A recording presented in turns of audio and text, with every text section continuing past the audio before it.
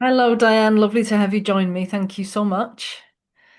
Hi, Emma. Thank you for inviting me. It's going to be an interesting topic, I hope I'm so, sure. yeah. So, we're going to talk about food ethics and health and all sorts. We really got talking about vegetarianism, and we've got some really interesting things to think about there. So, let's get to know you first, Diane, as a Quaker. I don't really know your involvement in Quakers and your journey into Quakers. So, let's start with that as some background before we then talk about your food journey, if you like. So, where would you Okay. like to start that story? Well, I'm actually only been involved with Quakers for about 3 years. However, when I arrived at that meeting house in Bolton and walked through the door, I actually felt that I'd always been a Quaker and I was just in the wrong place. Hmm. So I was brought up in my younger years as a Methodist by um, parents who didn't actually go to church. I went to Sunday school, but I have a grandma, had a grandma, and she had a very strong, quiet faith. And there was a very clear right and wrong, what's true and what to tell the truth. Very simple way of living, Hmm. and that's sort of passed through my family. So hardworking, honest, genuine people with a strong faith and a, a joy in life and a gratitude for life as well. So I think that, that was like a thread running through. As I got older, when I moved to Haywood, where I live now, it was a bit strange. I wanted to be, I've always been involved in scouts. So at that time, I'd moved into the area and I wanted to know if there was somewhere I could volunteer.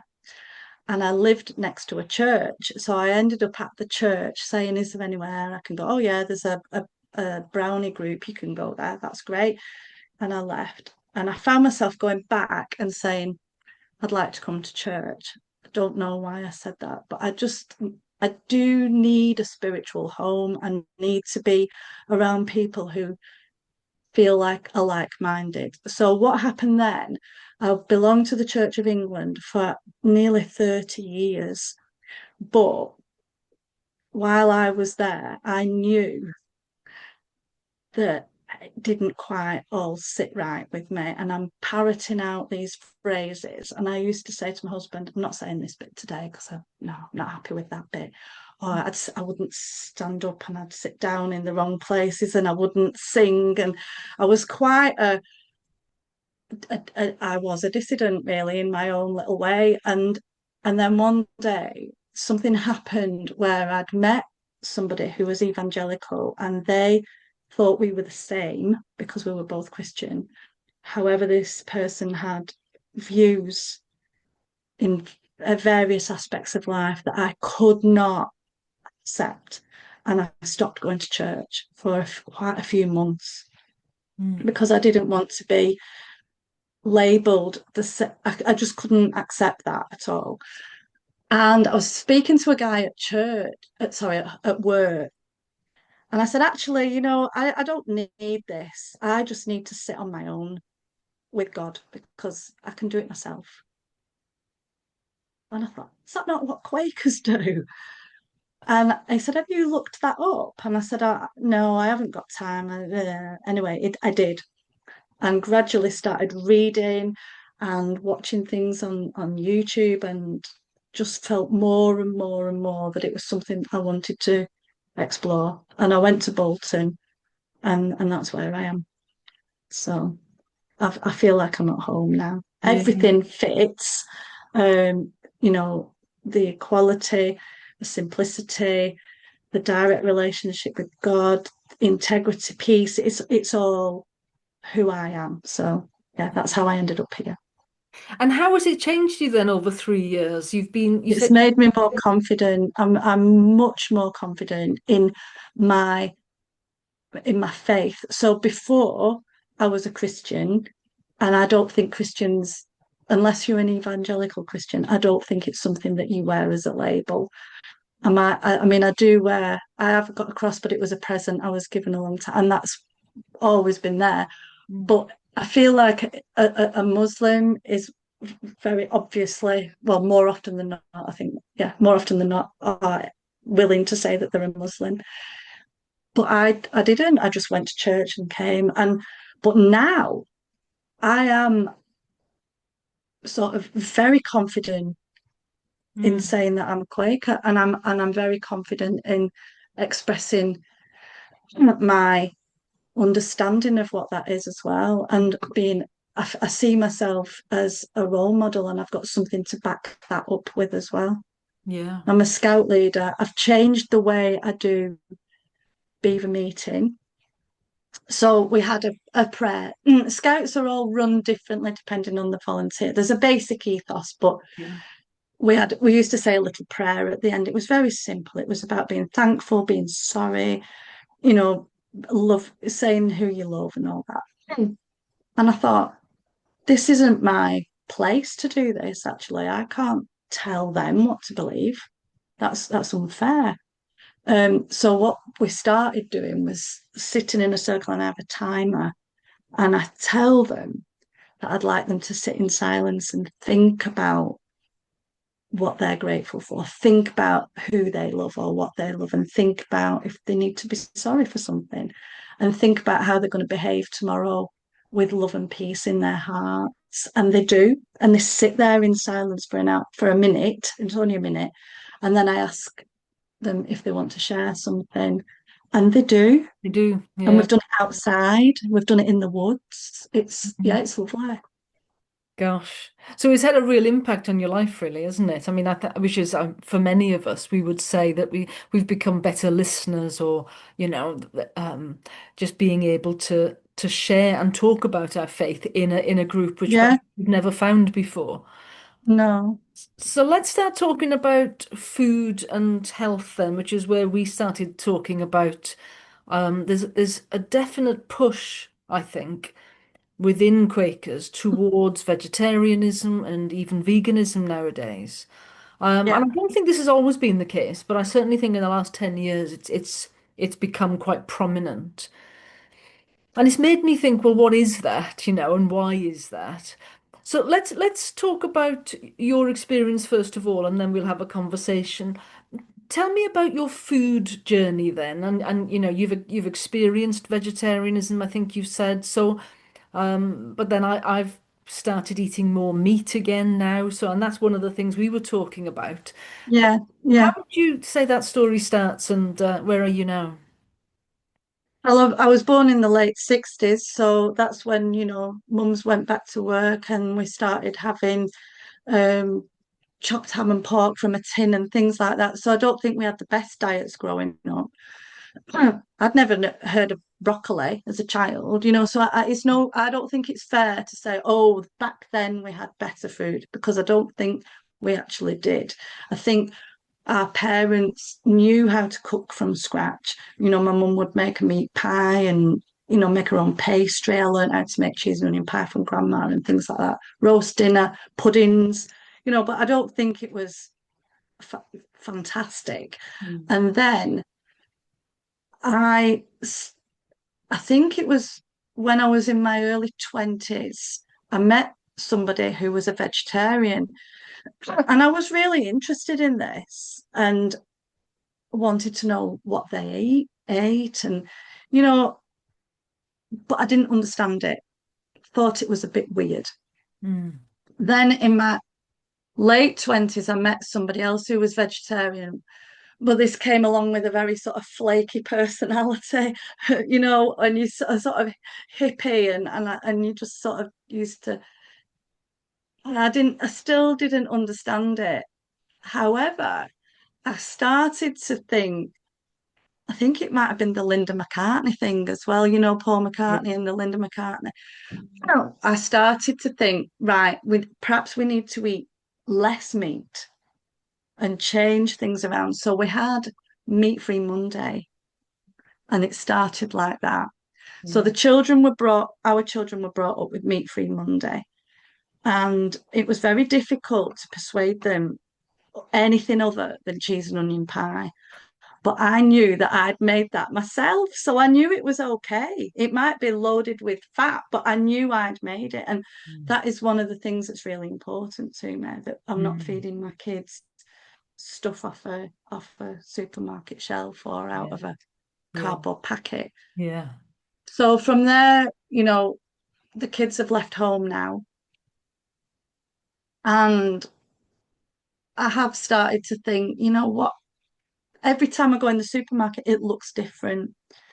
The areas of fresh produce is getting smaller, and there are bigger areas of pre-packed things, or what do they call it? Quick and easy teas, where you can just shove it in the oven. And Yeah. I've started to question that. And then, probably to condense it, I came to Quakers and noticed that a lot of people were vegetarian, Mm. even vegan. And I'd taken on board everything else. Everything else fitted with me. Everything sat very well. And I thought, oh gosh, maybe I need to start looking more into this. And I think that's a bit of giddiness, when you start with a new group and you're trying to be like a sponge and take it all in and sort of fit in well. And I was listening, thinking, oh, I'll get some new recipes, and maybe I could start being a bit more adventurous with the things that I'm making. And at the same time, I started, oh, that was it. It was in COVID, I started running. And I decided that I needed to eat something that would sustain me through the day. So one of the first things I did was create a dish that I can make in bulk. And it's chickpeas, lentils, tin tomatoes, spices. And I make it, like I said, in bulk. And then I can take a portion every day for my dinner. Mm. And that really works for me. Mm. So, because it sort of sees me through the day and it's warm. So that was probably the first thing that I did. And then I had a friend at work who started drinking oat milk. And this was one of the first things that made me start to consider, is this becoming some sort of hype? Are we being told to be vegan, vegetarian? And what are the reasons behind this? So she said, oh, well, I've seen a video on YouTube about what happens to the cows. Okay, so I started to try and understand all that. And I do understand that there's a population problem, that how do we feed this population, that there are things going on with deforestation and industrial farming, and it feels like a minefield of choosing the right thing to do. Mm. Because I'll just take one of those issues. So with the milk, I'm being told oat milk is the thing to do because it's not fair. With they've got massive sheds full of cows who are being milked to death, and the baby cows get slaughtered. But we, as a family, buy our milk from a local farm. She brings the lady Angela brings our milk to the door in a glass bottle, and we Mm. use that bottle, wash it, and give it back. So I'm supporting a local business. I believe that it's sustainable in that small environment. I'm paying a good price for my milk. I'm not paying supermarket prices. I'm paying a good price for it. So I've thought about it, I can't make the change to oat milk. And the oat milk, I've looked at it, I've read the labels. Where is this coming from? Where are these oats coming from? How do those oats get in that carton? Mm. What is the process for that? How long does it sit in a factory? Where does it come from in the lorry? How long is it sitting on the shelf? So I can't see how that is better than what I'm having. No. Maybe somebody can explain that to me. But I've not Well, I I've not think, I mean, worked that out yet. it's a great question to start with because I mean, I Mm, can't answer these questions either, but I've got the same questions. And I certainly don't like the fact that this is being pushed in Quaker settings. I just don't think it's the only way to make an ethical choice. Because it seems to me that it's largely about processing and consumerism and basically big corporate commercial interests. I feel like I'm being taken for a mug.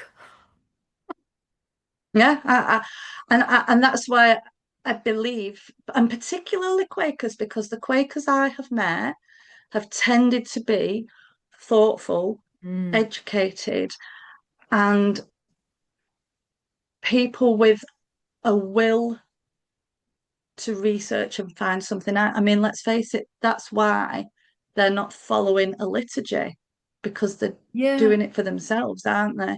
They've got that the seekers and researchers, and I I want to make my own decision about what's right for us as a family. I mean, my basic, let's call it rules at home, is that our food is home cooked. So we do not have processed food. And that is a big issue for me. A lot of like I said, I was a scout leader. So mm. when we go on camp and we're cooking for these children, the amount of processed food that they are eating at home, that means that they don't know what mashed potatoes are. We used to have, I don't know whether, I mean, I don't know whether this is a local thing, but we used to have something called potato pie or corned beef hash, Mm. which is potatoes and meat in a pot all together with carrots and onions, but we've made it ourselves, and it's just simple. It's a one pot dish, spoon it out and give some to everybody. They've not had it.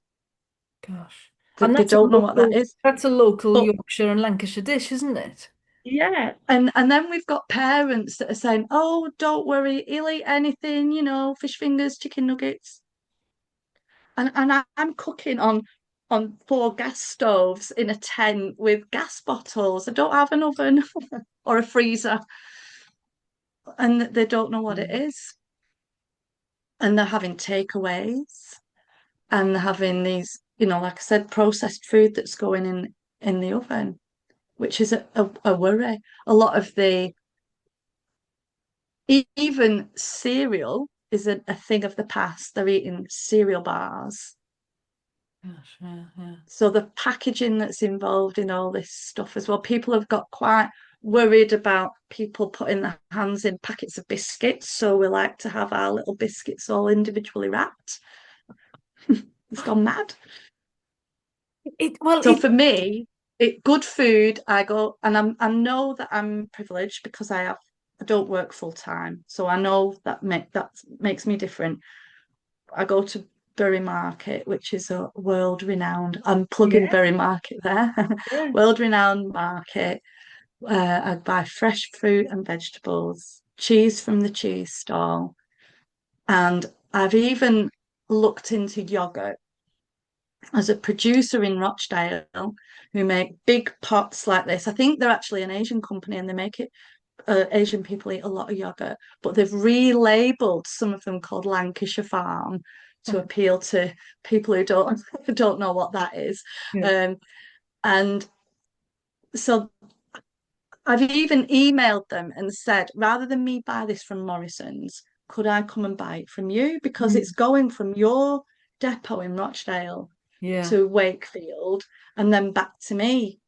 So, if there's any way that I can buy it from you, anyway, there wasn't, but I did try.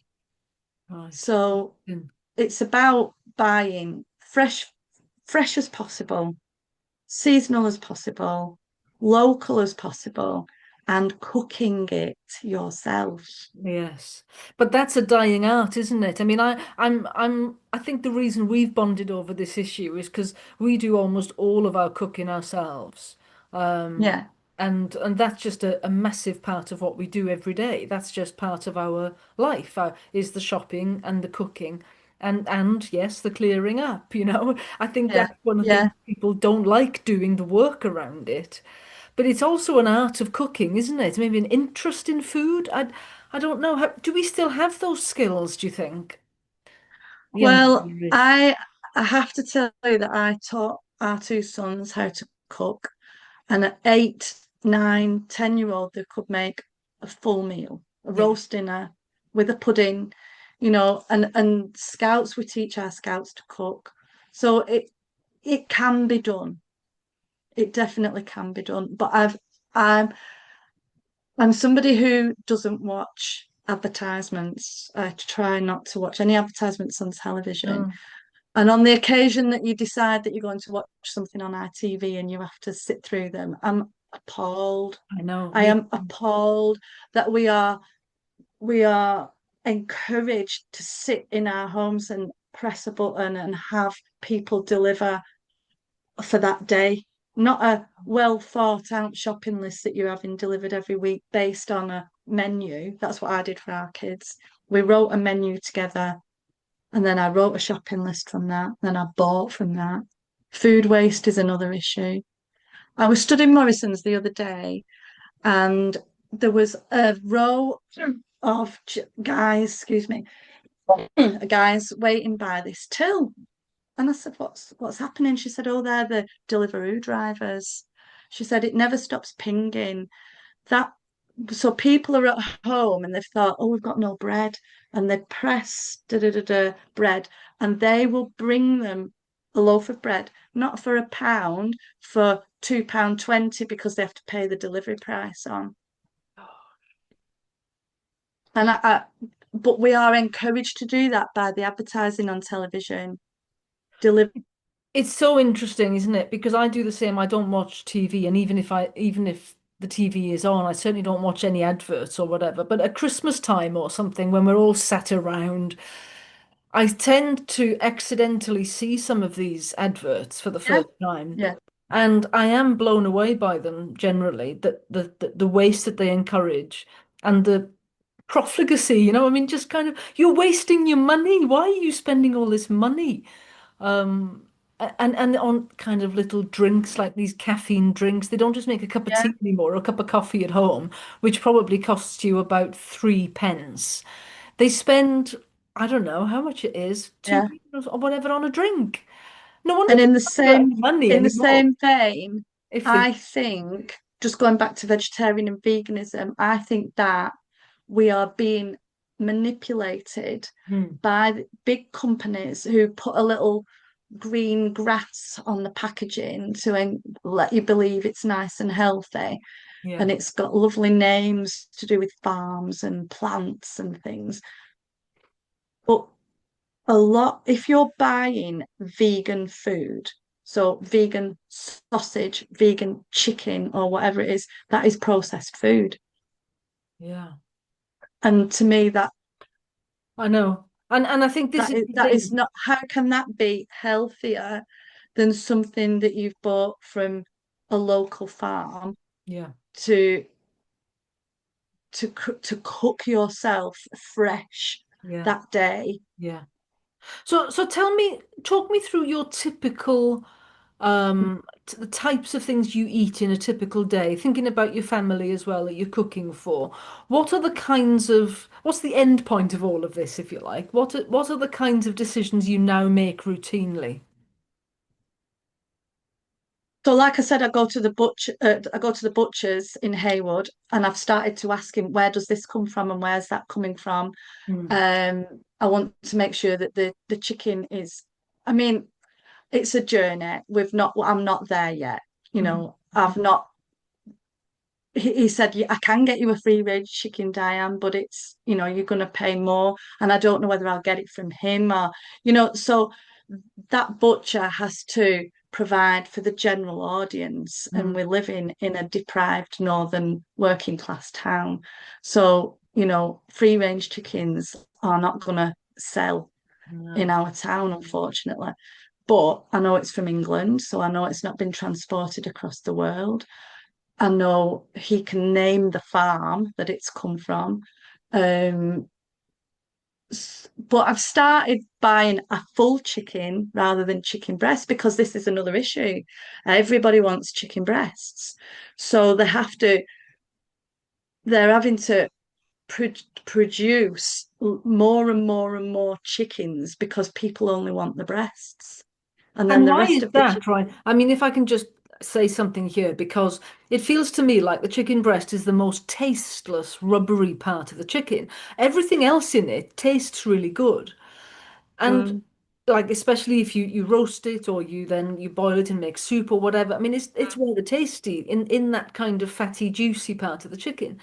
And what I mean, again, thinking about the corporate interests here, I do wonder if you had to think of a reason to reduce people's calorific and nutritional intake, is you try to persuade them to eat the rubbish bits of the chicken and throw all the good mm, stuff away, mm, because they're mm, then going to still be hungry for another meal later on. mm, And mm.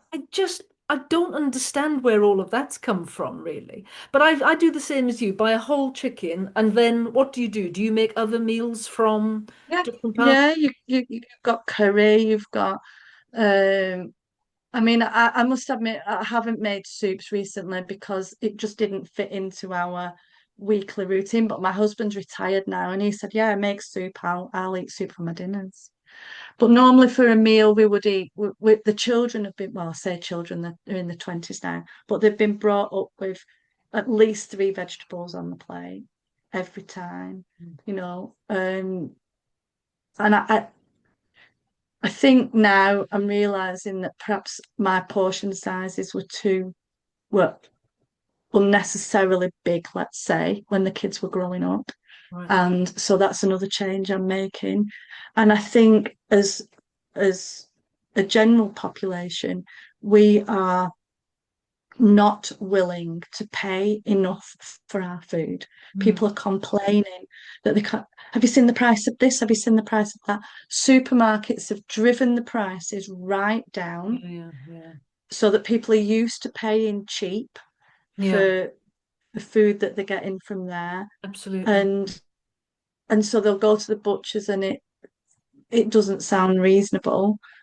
But because people have got other priorities, Mm. people want and in fairness, you can't get by really without a phone these days. So people want the big fancy phone and the package in the house for the Wi-Fi and Yeah, yeah. kids have all the gadgets and cars and holidays. Whereas as a child, when I look back to say my grandparents and my family when I was a young child, it was paying the bills and putting food on the table that Yeah. was the thing that came first. And then these other things that would have been considered luxuries came after. But I think now, and it's the way of the world, it's the genie's out of the bottle, you can't change it. But Mm. these other things are priorities. So where are you with vegetarianism now then? How do you eat meat most days or No, other I vegetarian? have, yeah. So I went through a phase when I first started being involved with Quakers where I really stripped the meat back and I was like, no, I need to eat vegetarian. I'm only having meat once a week. And that was when my dad came on Sunday for the Sunday roast because I thought I'm not doing two meals then. And now I've decided that I'm going to eat whatever we have together as a family. During the week, I will eat maybe another. I started eating fish again, and maybe one or so. I'm probably eating meat or fish twice or three times. Mm. But I've decided that if we go out to a restaurant or somewhere, if the vegetarian is vegetables and not plastic, then I will have that because I don't know where the meat's from. Ah, right. So that's going to be my reasoning for that Yeah, because yeah, I'm not sure where they've got it from. yeah, yeah. That's interesting. And what about health then? Because one of the other aspects of food, obviously, it has a huge impact on our health. And I think that's one of the things that I'm not so keen on Quakers pushing a particular food ethic on Quakers generally, when you've got no idea of the impact of that might have on individuals' metabolism, individuals' particular body, types or whatever. Do you have any thoughts about the impact on health? I am healthy. I've always wanted to bring the kids up healthy. Me and my husband both exercise, and I don't drink, I don't smoke. I I sit, my faith is very quiet, but I know that my life is a gift. It's a privilege. And I have to honor that and look after it. So to me, if you don't look after it, you're sort of squandering it. And Mm. there is no second chance. Here we are. And yeah, my health is important. And when I started going to Quakers, one of the advice and queries, it talks about old age, and it's our responsibility to it's towards the end about preparing yourself. And yeah, this isn't food related, but when I first moved to Haywood, and I'm a swimmer, there was a lady swimming in Haywood swimming baths, aged 90, Alice, up and down and up and down. And I was about 25 then. And I thought, that's me. Right. She has looked after her life. Yeah. She's cherished that life. Mm. But I think as a life, we're part of something so much bigger. It's not just about us, it's about the earth. So we do need to be thinking about the role model that we are for future generations, looking after our older people, looking after the earth, Yeah. and Yeah. food is a gift. I read a book by Robin Wall Kimmerer called Braiding Sweetgrass, it's an American book. She's a Native American, and she talks about that reciprocal relationship with the earth. And it really affected me. And I've also read books by gosh, his name's just come out of my head. It'll come back to me. It's a farming book, and he did the shepherd's life, and I think it's called James. Read James Rebanks is called. And this one's called English Pastoral, and it's about farming practices over the generations, how it's changed and how we've destroyed the soil, and how we need to get back to earlier farming practice and being prepared to pay a decent price for decent food on our table. Mm. And yeah, health wise, that's impacted on me. I also listened to a chap called Tim Spector, who became quite sort of well known during COVID because of the research that he did. And he talks a lot about the microbiome. And that's where this processed business comes in. If we are eating highly processed food, we Yeah. are not looking after our bodies. And so I just don't eat anything Yeah. processed. Yeah. I'm much the same, and I think that is a spiritual thing for me in the sense of, this phrase, our bodies are our temples. I mean, I don't worship my body, but I believe it's sacred. And I think that's the difference. I believe, as you say, it's a gift, and my job is to look after it and to cherish Yeah, it, to honor it, yeah, me and to too, keep it me as too. healthy as possible. So partly so it's not a burden to others, um, Yeah. and doesn't need ongoing um physical and hospital care or whatever. I think that's part of it, I think to It's reduce a that burden. responsibility. Yeah, it's a responsibility, isn't it? Yeah.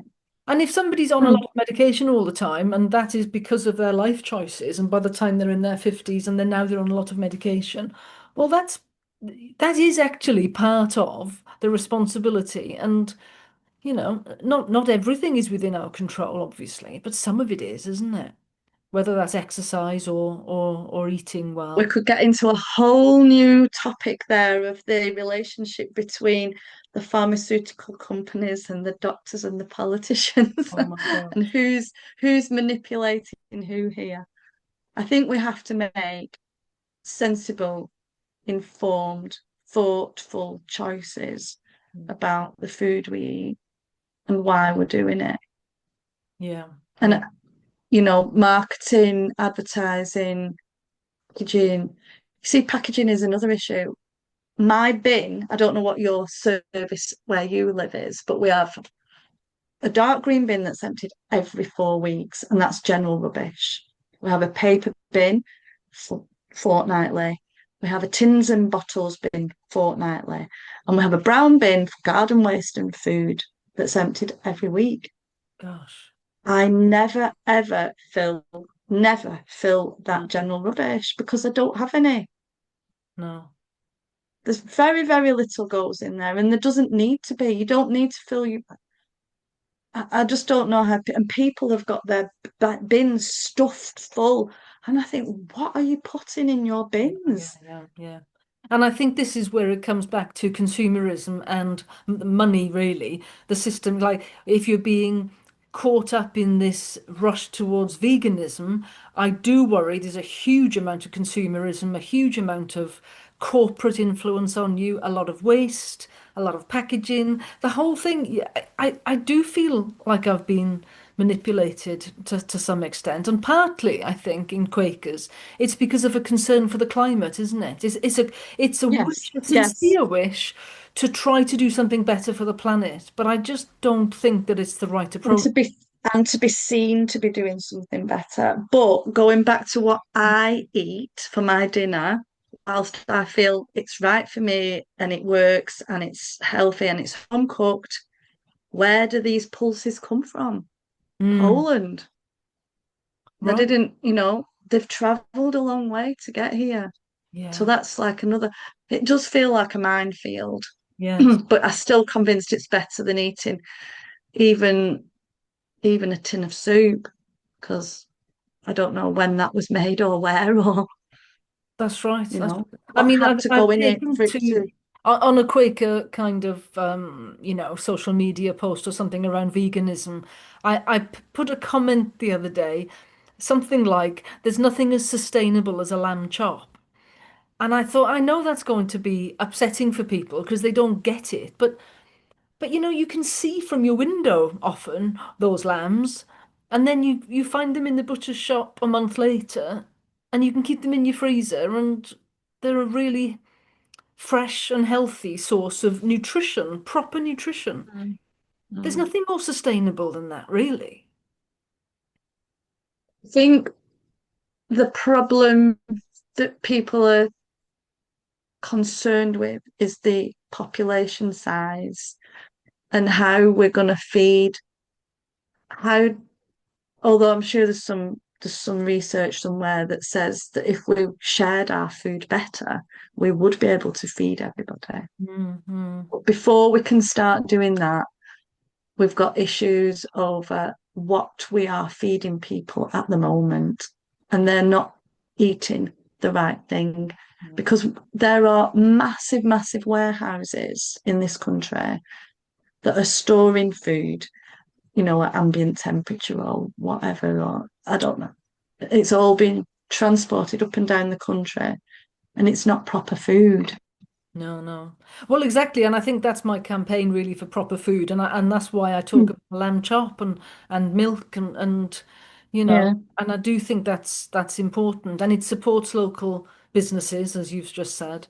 And I suppose that the thing I just want to finish on, I suppose, is bringing this back to Quakers and the sense that we have that there's a culture developing, I think, toward yeah. a push towards veganism. Um, do you feel that this is still impacting on you? Is this still swaying you, or have you got your head around this now and come to your own conclusions? I feel like particularly with the milk, I can argue I'm always better if I know I can explain why. So I can say, no, thank you, I don't want oat milk because I know why I'm having the milk that we have. Mm. I've worked that out. As regards meat generally, I'm still concerned about the ethics of how we farm our animals because I don't it's very nice to think that everybody has a nice little hill farm and has just a few animals and then kills them off. slaughters them for the market, and then they're sold at the nice little butcher's shop. But that's not the truth, is it? The No. truth is that there are a lot of animals industrially farmed and packaged mechanically, and Yeah. yeah. So I'm still working out. I think that I can only do my best. That's where I'm at now. I can only do my best. I cannot solve the world food problem, No. and I cannot become something because it's apparently the right thing to do. Because if a Quaker was telling me that's the right thing to do, that's not what Quakers do, is it? They don't Well, tell I people, wish it wasn't, but I feel a lot of pressure. I feel a lot of pressure. And when we go to Quaker events, we're told, oh, it's all vegetarian yeah, and yeah. tick this I've box. had the same Are you experience. Are you vegetarian or vegan? It's like, well, I don't want to eat either of those things. So I'm bringing my own meat now to my Yeah, lunch, because Quakers refused to do that. I remember being at Woodbrook a few years ago, and I chose the meat option. And I said to the woman serving me, I said, "Oh, I'll have the meat, please." I said, "Oh, I know it's not the right thing to do for the environment or something like that." And she said to me, "There's nothing wrong with it, you know. This is eating meat is God-given." And she was a black woman behind the counter yeah, wearing a yeah, cross, and she kind of looked me in the eye and said, "This is a good thing to do, you know. We yeah. can eat meat. The Bible says so." It was quite a Christian message that she gave me. And I thought, gosh, that's very different from all of the other people sat in this room with me, giving I do different. feel that some people are, let's say, towing the line or being dragged along, and that's what they're doing because they feel that that's what's expected of them, or that's the right thing to do.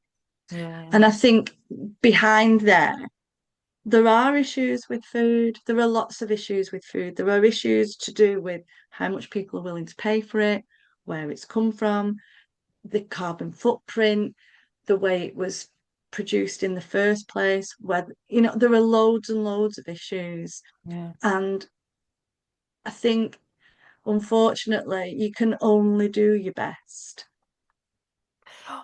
Well, thank you so much. I think that's been a really interesting conversation. I know It we haven't has. provided It has. answers, but I hope we're going to be raising a few questions for people, because I think that's what we can do here. So thank you so Yeah. much, Diane. Thank you very much as well. It's been a nice way to spend an hour. Thank you.